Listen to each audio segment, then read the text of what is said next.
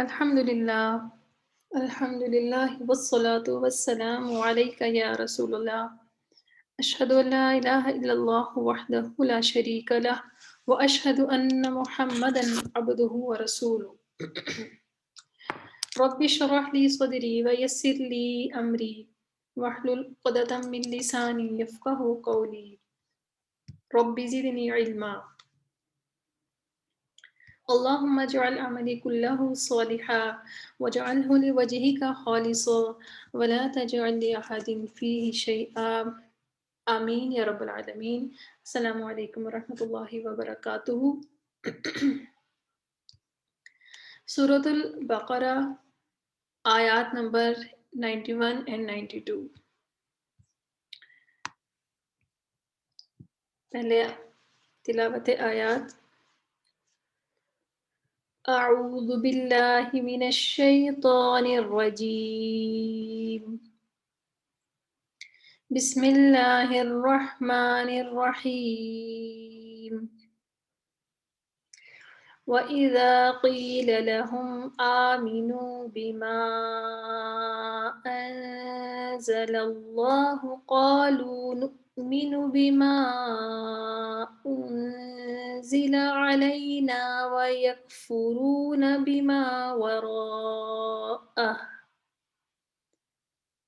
وهو الحق مصدقا لما معهم قل فلم تقتلون أنبياء الله من قبل إن كنتم مؤمنين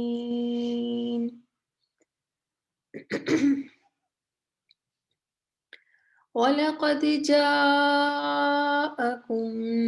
موسى بالبينات ثم اتخذتم العجل من بعده وأنتم ظالمون.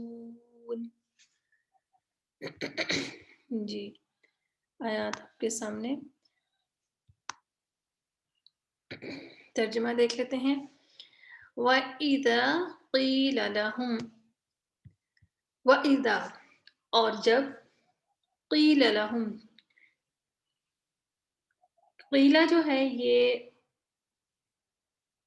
مجہول کا صیغہ ہے اور ہم نے پڑھا تھا کہ مجہول کا جو ترجمہ ہے وہ کیا جاتا ہے کے معنی میں یا جائے گا کے معنی میں کیا جاتا ہے. اور اس کا ترجمہ ہم یہ فعل ماضی ہے لیکن ہم اس کا ترجمہ ماضی میں اس لیے نہیں کر رہے کہ پیچھے اذا لگا ہوا ہے. اور جب کہا جاتا ہے لہم ان سے، آمینو ایمان لاؤ. ٹھیک ہے، آمینو جو ہے یہ فعل امر ہے. ٹھیک ہے، آمنو جو ہوتا ہے، آمنو فعل ماضی ہوتا ہے جس میں میم کے اوپر زبر ہوتی ہے. ٹھیک ہے، وہ آمنا آپ اس کا یاد رکھیں جو پہلا صیغہ ہے واحد مذکر غائب کا تو اس کی جمع آمنو ہے.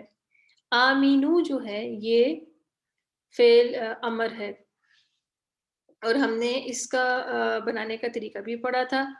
تو آمینو جو ہے یہ جو فعل امر جو ہوتا ہے وہ فعل مضارع سے بنتا ہے. ٹھیک ہے، تو فعل مضارع کا جو واحد مذکر غائب کا جو صیغہ ہے وہ ہے یؤمنو. ٹھیک ہے، تو یؤمنو میں پھر ہم جب ہم اس کے اوپر اپلائی کرتے ہیں سارے رول جس طرح ہم نے فعل امر بنایا تھا مضارع سے حاضر کے صیغے سے، تو یہ والی شکل آپ کے سامنے آتی ہے. آمینو ایمان لاؤ، بما انزلہ بما اس پر جو انزلہ نازل کیا، اللہ نے. ٹھیک ہے، انزلہ کا ہم اس نے نازل کیا اس لیے نہیں کر رہے کہ آگے فاعل موجود ہے تو اسی لیے فاعل کی طرف پھر ضمیر جائے گی. انزلہ جو نازل کیا اللہ نے، قالو وہ کہتے ہیں، نؤمنو ہم ایمان لائیں گے. اور یہ جو ہے مضارع کا ہے، متکلم کا صیغہ ہے. نؤمنو ہم ایمان لائیں گے، بما اس پر جو، انزلہ انزلہ جو ہے یہ فعل مجہول ہے. فعل مجہول کے بارے میں آپ پڑھ چکے ہوئے ہیں کہ پہلے حرف کے اوپر پیش آتی ہے اور سیکنڈ لاسٹ لیٹر پر زیر آتی ہے. انزلہ جو نازل کیا گیا، ٹھیک ہے. اس کا ترجمہ پھر کیا گیا یا کیا جاتا کہ اس میں ہوتا ہے الفاظ میں. علینا ہم پر، وَيَكْفُرُونَ اور وہ کفر کرتے ہیں، بیما ساتھ اس کے جو، وراءہ وراءہ جو ہے ترجمہ ہے اس کے علاوہ. اردو میں ماورائے عدالت ایک ورڈ استعمال ہوتا ہے کہ جو عدالت کے علاوہ ہو، کہ ماورائے عدالت یعنی کہ عدالت سے باہر کوئی چیز، عدالت کے جو قوانین ہیں یا جو اس کے رولز ہیں اس کے علاوہ ہو، اس سے باہر ہو. جو یعنی ماورائے عدالت جو ہے وہ فیصلہ قبول نہیں، کہ عدالت سے باہر آ کے فیصلہ نہیں، کہ ہمیں چاہیے، لوگ بولتے ہیں نا اس طرح. تو ماورائے عدالت تو اس کے عدالت کے علاوہ ہو، ٹھیک ہے. یہ آپ اس سے یاد رکھیے. بما وراءہ جو اس کے علاوہ ہے. وہو الحق اور وہ حق ہے، ٹھیک ہے. اور یہاں پر مناسب ہوگا حالانکہ، کہ واقع ترجمہ کیونکہ پیچھے ایک بات ہو رہی ہے تو اس کے لحاظ سے حالانکہ ایک مناسب رہے گا. حالانکہ وہ حق ہے، مصدقاً تصدیق کرنے والا. کیوں ترجمہ کیا ہم نے تصدیق کرنے والا؟ پہلی بات تو یہ ہے کہ یہ اس میں تنوین بھی ہے تو یہ اسم ہے، ٹھیک ہے. تو دوسرا اس میں کیا ہے، میم لگا ہوا ہے. شروع میں ہم نے یہ پڑھا تھا نا کہ جو فاعل ہوتا ہے وہ میم کے اوپر پیش ہو اور اگر سیکنڈ لاسٹ لیٹر کے نیچے زیر ہو تو وہ فاعل ہوتا ہے، ٹھیک ہے. اگر سیکنڈ لاسٹ لیٹر پر زبر ہو تو وہ مفعول ہوتا ہے، ٹھیک ہے. تو یہ فاعل ہے تو اس کا ترجمہ ہوگا تصدیق کرنے والا. یہ ترجمہ آپ نہیں یہ کریں گے کہ جو تصدیق کرتا ہے، یہ ترجمہ نہیں کریں گے. یہ ترجمہ جو ہے اگر آپ اس طرح ترجمہ کریں گے نا کہ جو تصدیق کرتا ہے، تو وہ آپ پھر اس لفظ کو فعل بنا رہے ہیں، ٹھیک ہے. تو اس کا ترجمہ کریں گے کہ جو تصدیق کرنے والا ہے. لما اس کی جو، معہم ان کے پاس ہے، ٹھیک ہے. ان کے پاس کیا تھا؟ ان کے پاس جو تورات تھی اس کی طرف اشارہ ہے. اور یہ قرآن کی یہ خوبی بیان کی جا رہی ہے کہ وہ تصدیق کرنے والا ہے اس کی جو ان کے پاس ہے.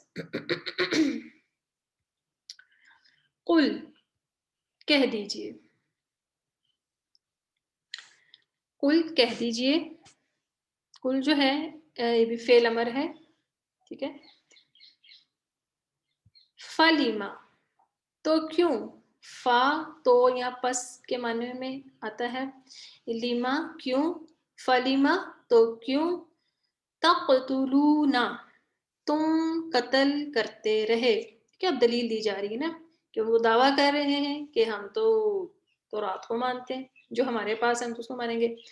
تو اب ان کی کتاب میں سے یہ دلیل دی جائے گی کہ پھر کہو، بتاؤ، یہ بلکہ کہو تو کیوں تم قتل کرتے رہے انبیاء اللہ، اللہ کے نبیوں کو،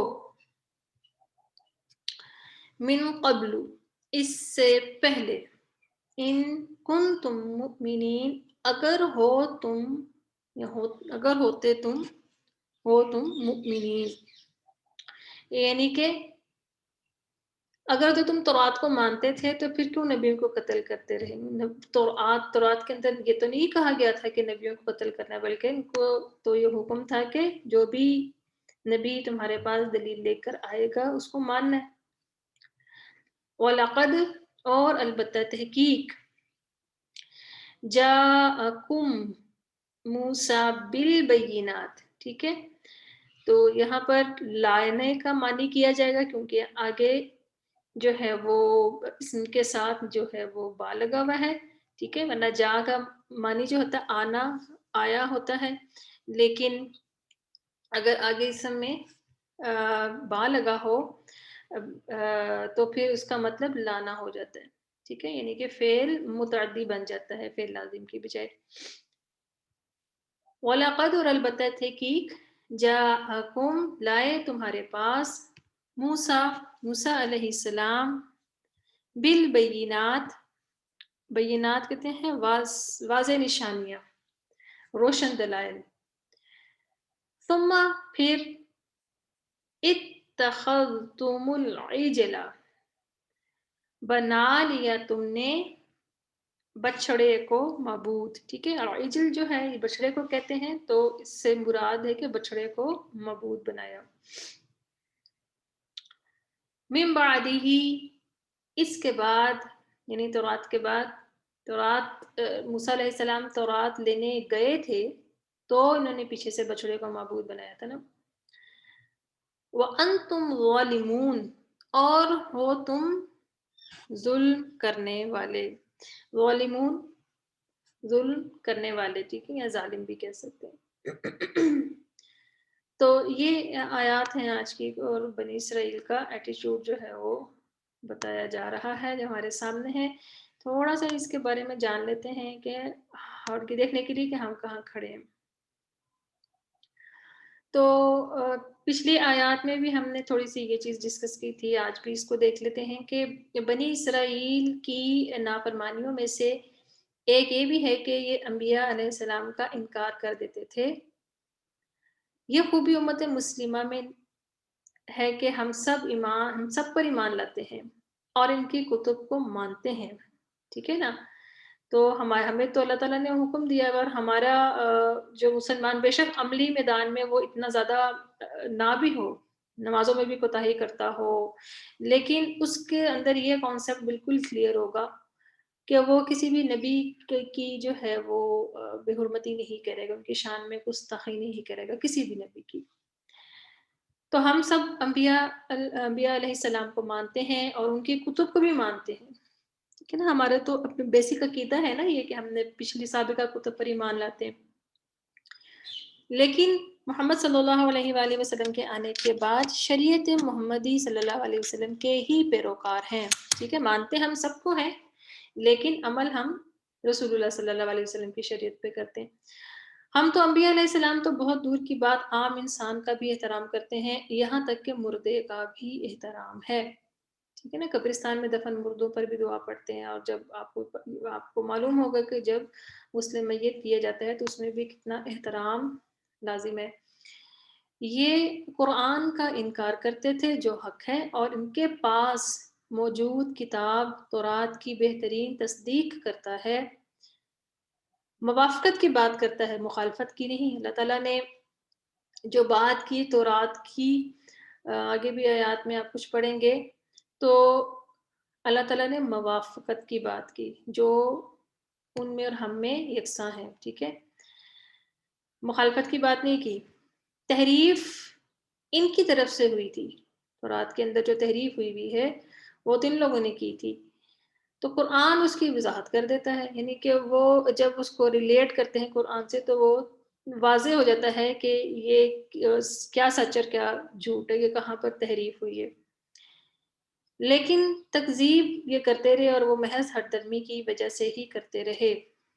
تو پھر کیا کہا گیا کہ اگر تم اپنی کتاب پر ایمان بھی رکھتے ہو، دعویٰ کرتے ہو نا، یہاں پر کہہ رہے ہو کہ جی ہم تو صرف اس پر ایمان لائیں گے جو ہم پر نازل کیا، تو تم اگر اپنی ہی کتاب پر ایمان رکھتے ہو تو اپنی کتاب کو ہی مان لو، پورا مان لو اپنی کتاب کو، کہ اگر تم ایمان رکھتے ہوتے تو تم نے پھر انبیاء علیہ السلام کو کیوں قتل کیا؟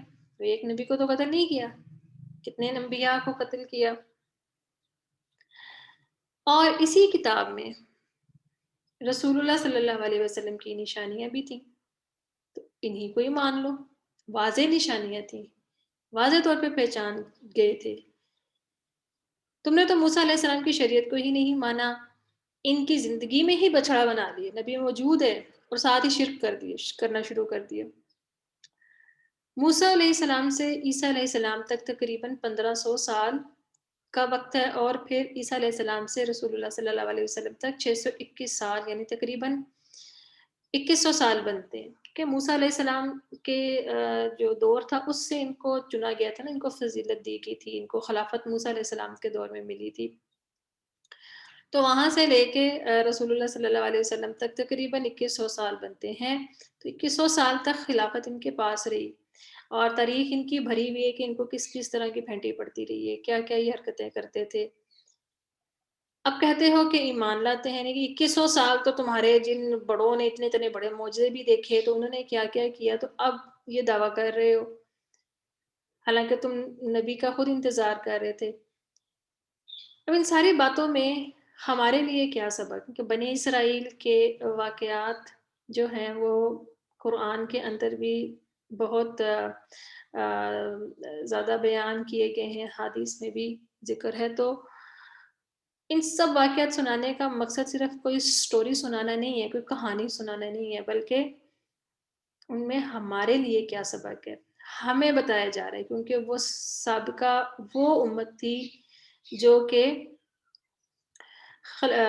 تھی، جس خلیفہ تھی، یعنی کہ ان کو خلافت کے لیے چنا گیا تھا، سابقہ خلیفہ جو تھی، تو ان کا کیا رویہ ہوا، انہوں نے کیا کیا غلطیاں کی، تو اس میں ہمارے لیے وہ سبق ہے، کیونکہ اب امت محمدی صلی اللہ علیہ وسلم پر خلافت کی ذمہ داری ہے۔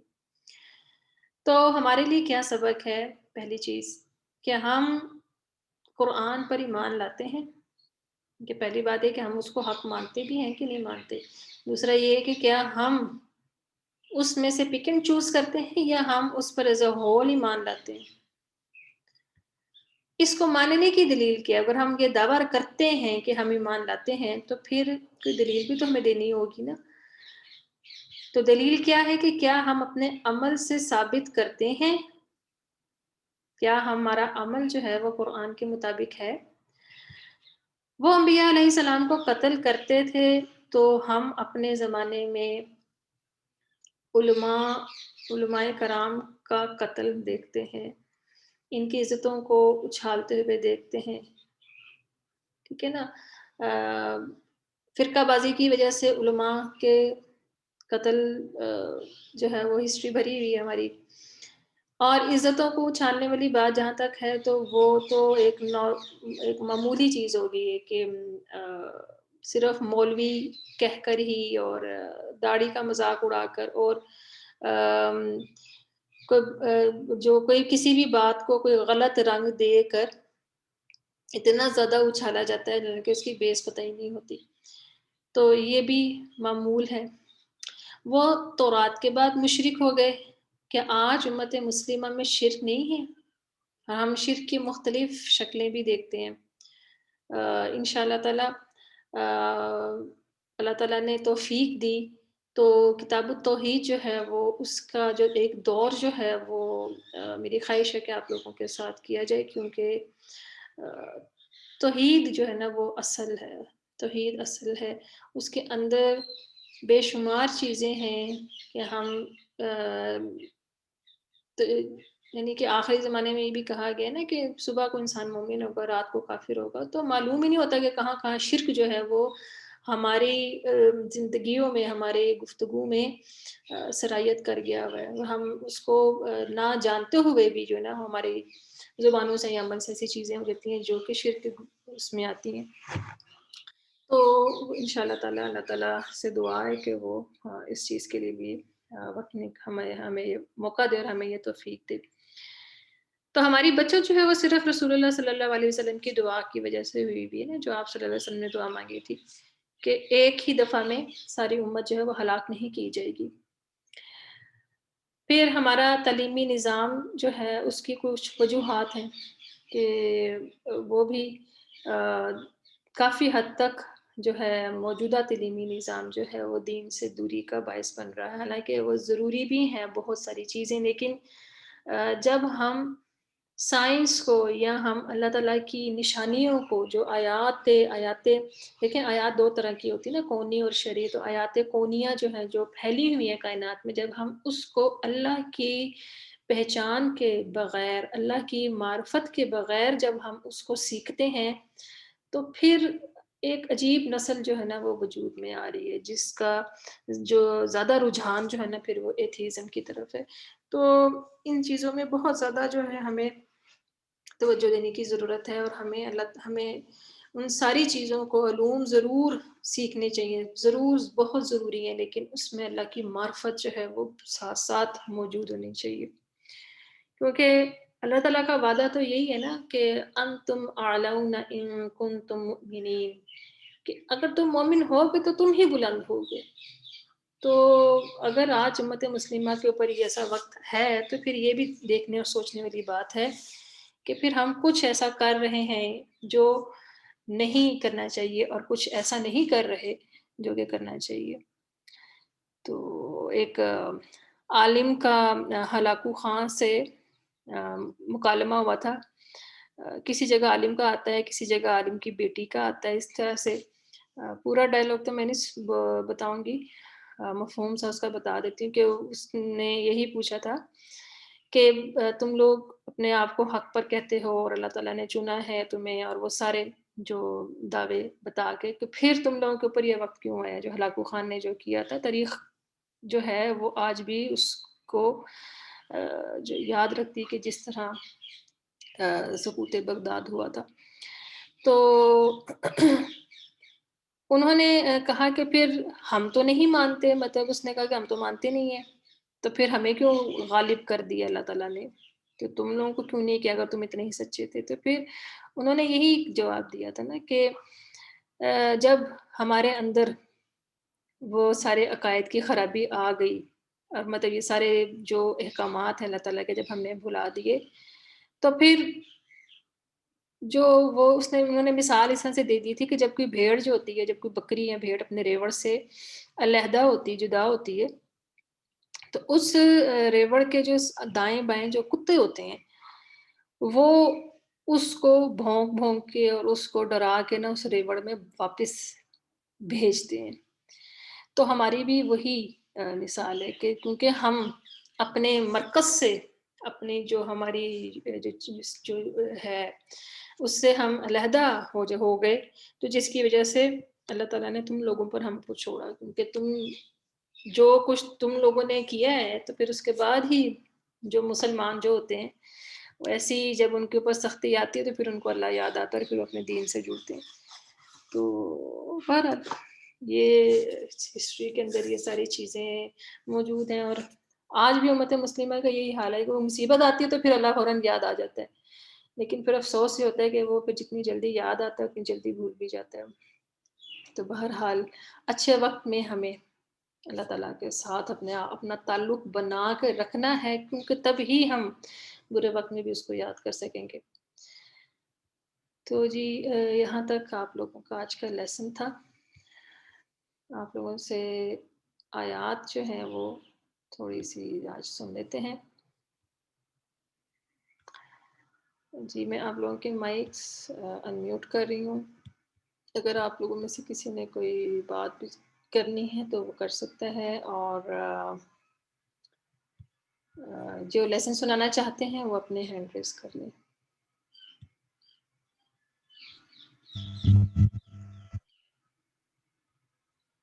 جی کون لیسن سنانا چاہے گا آج سب سے پہلے؟